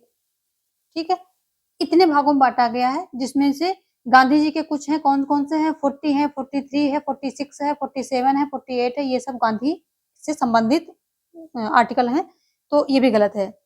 ठीक है, सब तत्व तो नहीं है, हाँ कुछ गांधी के तत्व हैं इसमें। चलिए, ये क्वेश्चन यहाँ से बनता है, कितने सिद्धांतों में बांटा गया? तो 3 में, समाजवादी, गांधीवादी, उदार बौद्धिकवादी। ऑप्शन यहाँ पर देखिए, देख लेते हैं। तो देखो चौथा और पांचवा गलत है, इसमें भी 4 और 5 है, गलत है, इसमें 5 है, ये भी गलत है, इसमें 5 है, ये भी गलत है, और हमारा पहला, दूसरा, तीसरा सही है, तो 2 तो यहाँ नहीं है, लेकिन पहला तीसरा है, ऑप्शन डी आपका राइट हो जाएगा। यानी कि सारे ऑप्शन ये नहीं दे रहा है आपको कंफ्यूज करने के लिए, लेकिन देख लीजिए जिसमें जिसमें गलत है उसको तो आप टिक कर ही नहीं सकते हैं, सही वाला ऑप्शन आप ये उठाएंगे, पहला और तीसरा, और जबकि आपका दूसरा भी सही है। नेक्स्ट देखेंगे, निम्न में से कौन सा एक रिट अधिकारी को अपने कर्तव्य के निष्पादन का निर्देश देता है? अधिकार परीक्षा, परमादेश, उत्प्रेषण या प्रतिषेध? अपने कर्तव्य के निष्पादन का जो कौन देता है, आदेश देता है? बी ऑप्शन राइट होगा, परमादेश। इसमें जो अधिकारी होते हैं उनको अपने कर्तव्य को पालन को करने का आदेश दिया जाता है। ठीक है, इसका परमादेश का मतलब ही आदेश निकल रहा, हम हुक्म देते हैं। ठीक है, हम आदेश देते हैं। देखेंगे नेक्स्ट क्वेश्चन। अगला क्वेश्चन क्या कह रहा है कि भारतीय संविधान के अनुच्छेद 15 की धारा 4 पिछड़े वर्ग के आरक्षण के लिए किसको विशेषाधिकार देता है? व्यक्ति को, केंद्र को, सामाजिक समूह को, या फिर राज्यों को? किसको दे रहा है ये? तो यहाँ पर डी ऑप्शन होगा, राज्यों को विशेषाधिकार दे रहा है। ये विशेषाधिकार दे रहा है कि जो सामाजिक और शैक्षिक रूप से पिछड़े वर्ग हैं उनके लिए आप कुछ अलग से कीजिए, कुछ विशेष प्रावधान करिए, राज्यों को ये अधिकार दे रहा है। नेक्स्ट देखेंगे, निम्नलिखित में से कौन सा एक राज्य के नीति निर्देशक तत्वों में शामिल नहीं है? काम का अधिकार, लोक स्वास्थ्य में सुधार सुनिश्चित करना, गोवध निषेध, महिला सशक्तिकरण सुनिश्चित करना। तो किसमें शामिल नहीं है? राज्य के नीति निर्देशक तत्वों में शामिल कौन सा नहीं है? तो यहाँ पर कौन सा ऑप्शन आपका राइट? डी जो है ये नहीं है, महिला सशक्तिकरण ये नहीं है। गोवध निषेध जो है 48 में आपका जो है दिया जाता है, ठीक है, और 41 में क्या है? काम, शिक्षा एवं लोक सहायता पाने का अधिकार आपको मिल रहा है।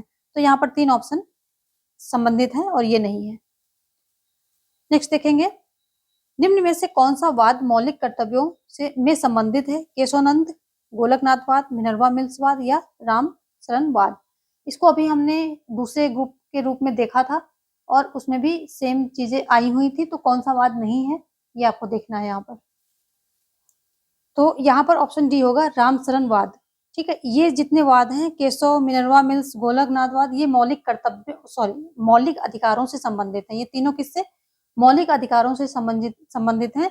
इसमें इस तरह की बातें की गई कि ये जो है संसद को मूल अधिकार में संशोधित करने की शक्ति है या नहीं है, इस तरह की बातें की गई, यानी कि मौलिक अधिकार से ही संबंधित, ये मौलिक अधिकारों के आसपास ये घूमते रहे तीनों। ये जो है मौलिक कर्तव्य से संबंधित है, जो रामचरण बनाम भारत सरकारवाद, ये जो है किससे, मौलिक कर्तव्य से संबंधित है। नेक्स्ट देखेंगे, भारतीय संविधान का कौन सा अनुच्छेद संसद को नागरिकता के अधिकार को नियमित यानी कि रेगुलेट करने की शक्ति प्रदान करता है? तो इसकी हमने कई बार बात की है, अनुच्छेद 11। ये जो है क्या करता है कि ये जो है इनको संसद को सब नागरिकता के जो अधिकार हैं, कानून नियम जो भी हैं, उनको रेगुलेट करने की शक्ति प्रदान करता है। और 9 क्या कहता है कि किसी भारतीय ने अगर सदस्यता ले ली तो उसकी सदस्यता भारतीय सदस्यता जो है रद्द हो जाएगी यदि वो किसी और देश की सदस्यता ले लेता है। ठीक है, यानी कि नागरिकता ले लेता है, नागरिक की बात हो रही, नागरिकता ले लेता है किसी और देश की, तो उसकी भारतीय नागरिकता रद्द हो जाएगी। 10 क्या कहता है कि जो भी नागरिक अधिकार नागरिकों को दिए गए वो उनके पास बने रहेंगे। तो ये बातें आप ध्यान रखेंगे।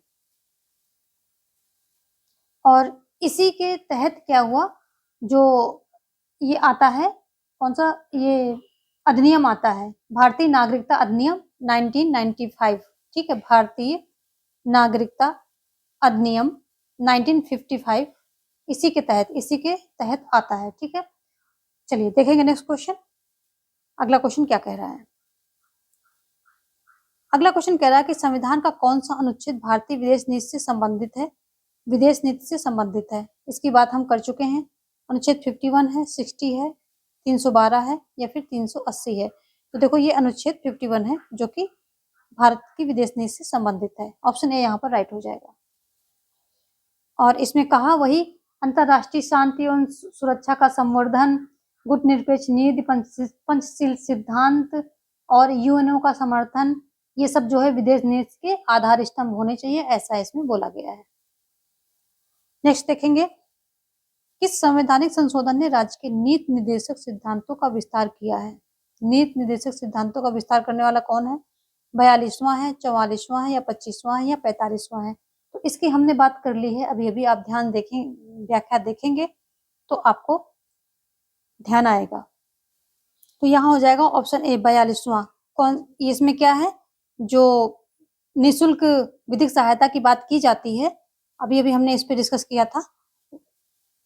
उसने क्या किया था कि जो नीति निर्देशक तत्व हैं उसमें विस्तार किया था। ठीक है, आगे देखेंगे हम नेक्स्ट क्वेश्चन।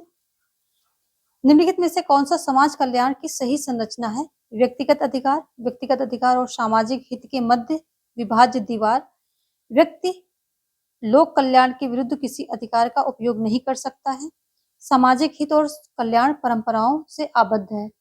तो कौन सा समाज कल्याण की सही संरचना है, सही देखना है आपको, एक ऑप्शन सी हो जाएगा। ठीक है, देखेंगे नेक्स्ट क्वेश्चन। भारत में मौलिक अधिकारों का संरक्षक है कौन है? न्यायपालिका, संसद, कार्यपालिका, संविधान, कौन है? तो इसमें हो जाएगा मौलिक अधिकारों का संरक्षक कौन है? न्यायपालिका है। ठीक है, ये मौलिक अधिकार जब भी वायलेट किए जाते हैं तो 32 के तहत जो है संवैधानिक उपचारों का प्रावधान भी किया गया है, उससे रिस्टोर भी किए जाते हैं वापस उनको। नेक्स्ट देखेंगे, राज्य के नीति निर्देशक सिद्धांत दिशा निर्देश प्रदान करते हैं, किसको प्रदान करते हैं? प्रेस को, राज्य को, नागरिकों को, अंतरराष्ट्रीय समुदाय को। तो जो राज्य के नीति निर्देशक तत्व हैं सब यही कहता है कि राज्य ऐसा करेगा, राज्य वैसा करेगा, राज्य इसके लिए जो है कोशिश करेगा, तो राज्य को ही प्रदान करते हैं। ठीक है, नीति निर्देशक तत्व कहाँ दिए गए हैं, कहाँ से कहाँ तक है, ये सब हमने कई बार बातें कर ली हैं। चलिए आगे देखेंगे। अब 72 क्या कह रहा है, किस संशोधन द्वारा भारतीय संविधान में संपत्ति का अधिकार मौलिक अधिकारों की श्रेणी से हटा दिया गया है? ठीक है, संपत्ति का अधिकार, इसकी भी हमने चर्चा कर ली है। तो जो ये 44th अमेंडमेंट था, कब हुआ था? 1978 में होता है। किसके द्वारा होता है? आपातकाल के बाद इंदिरा गांधी सरकार चली जाती है और जनता पार्टी आती है केंद्र में, कई पार्टियों की मिलीजुली सरकार होती है जनता पार्टी, इसी ने जो है किया था। क्या किया था? 44वां संविधान संशोधन ने क्या किया था कि संपत्ति के अधिकार को हटा करके विधिक अधिकार बना दिया गया था। ठीक है, विधिक बना दिया था, मौलिक से हटा दिया था। देखेंगे, और रखा कहाँ था? 300A में रख दिया, का भी हो सकता है, ए, दोनों हो सकते हैं। नेक्स्ट क्वेश्चन कह रहा है, भारतीय संविधान में शोषण के विरुद्ध अधिकार किन अनुच्छेदों द्वारा प्रदान किए गए हैं? 16 से 20, अनुच्छेद 23 से 24, अनुच्छेद 25 से 28, अनुच्छेद 29 से 30। तो यहाँ पर शोषण के विरुद्ध अधिकार आपको कहाँ दिए गए हैं? ये दिए गए हैं 23-24 में दिए गए हैं। ऑप्शन बी आपका राइट हो जाएगा। जबकि 29-30 में संस्कृत और शिक्षा से संबंधित जो है ऐसे प्रावधान यहाँ पर किए गए हैं। 25 से 28 धर्म से संबंधित हैं। तो इसमें 23 में क्या कहता है कि जो मानव दुर्व्यापार और बेगार, ये इन सब चीजों पर ये प्रतिषेध लगाता है, रोक लगाता है। और 24 की बात करें, बलात्श्रम, है ना, और बेगार, मानव व्यापार, दुर्व्यापार, ये सब बातों पर 23 प्रतिबंध लगाता है। 24 क्या कहता है? 14 वर्ष से कम आयु के बालकों को कारखानों में जो है या खतरनाक जगहों पे, खतरे वाली जगहों पे काम नहीं करवाया जाएगा। और जबकि ये अब जो है हो गया है, बढ़ के हो गया है कि जो 14 साल तक के बच्चे हैं वो बिल्कुल काम ही नहीं करेंगे, किसी भी जगह पे काम नहीं करेंगे, क्योंकि अब वो पढ़ेंगे। पढ़ना उनका मौलिक अधिकार हो गया है, शिक्षा, ठीक है। और जो 15 से 18 तक के होंगे बच्चे, उनको खतरनाक वाली जगहों में काम नहीं करवाया जाएगा। 18 के बाद वो अडल्ट हो जाते हैं तो फिर कुछ भी करें। 18 तक उनको खतरनाक वाली जगहों में रोका गया है, 15 से 18। और 14 तक के साल, जो 14 साल तक के बच्चे हैं उनका बिल्कुल काम समाप्त कर दिया गया है। चलिए आगे देखेंगे हम। यहाँ जो 16-20 है ये किसी से मैच नहीं कर रहा है, क्योंकि 14 से 18 ये समता बताता है, और 19 से 22 स्वतंत्रता की बात करता है, ठीक है। तो चलिए आगे बढ़ते हैं। यहाँ पर ऑप्शन आपका जो है बी राइट हो जाएगा। देखेंगे नेक्स्ट क्वेश्चन। भारत के संविधान में 86 संशोधन के पश्चात कितने मौलिक कर्तव्य हैं? तो कितने हैं? 11 हैं, ठीक है, 11 हैं। ऑप्शन सी यहाँ पर राइट हो जाएगा। पहले कितने थे? 10 थे। स्वर्ण सिंह समिति के जो है सिफारिश पर ये रखे जाते हैं। कब रखे जाते हैं? 1976 में ये जो है इंसर्ट किए जाते हैं। फिर क्या होता है? 86th अमेंडमेंट होता है। 86th अमेंडमेंट होता है, कब होता है? 2002 में होता है। और इसमें जो है 11वां जो है मूल अधिकार जोड़ दिया जाता है। और क्या कहा जाता है कि माता पिता का, अभिभावक का, संरक्षक का ये नैतिक कर्तव्य है कि अपने बच्चों को वो स्कूल भेजें, यानी कि पढ़ने का अवसर दें। चलिए देखेंगे नेक्स्ट क्वेश्चन। अगला क्वेश्चन क्या कह रहा है कि लैटिन शब्द मैंडमस परमादेश का अर्थ है सशरीर प्रस्तुतिकरण, अधीनस्थ न्यायालय में वाद को हटाना, प्राधिकारी को चुनौती देना, हम आदेश देते हैं। तो मैंडमस यानी कि परमादेश, तो परमादेश को हमने कई बार देख लिया है। ऑप्शन डी यहाँ हो जाएगा, हम आदेश देते हैं। देखिए यहाँ पर जो है इंग्लिश आपको भी जानना चाहिए। तो बंदी प्रत्यक्षीकरण जो आपकी रिट है उसका क्या हो जाएगा? Habeas corpus. यहाँ शॉर्ट में लिखेंगे, यहाँ हम पूरा लिख देंगे। तो क्या होगा? हेबियस कॉर्पस, ये हो जाएगा। दूसरा अगर हम बात करें कि परमादेश की बात हो रही तो ये मैंडबस हो जाएगा, ठीक है। परमादेश की बात है तो हो जाएगा ये मैंडमस, मैंडमस, ठीक है। फिर बात करें हम ये प्रतिषेध की, प्रतिषेध, इसका क्या हो जाएगा? प्रोविजन हो जाएगा, ठीक है।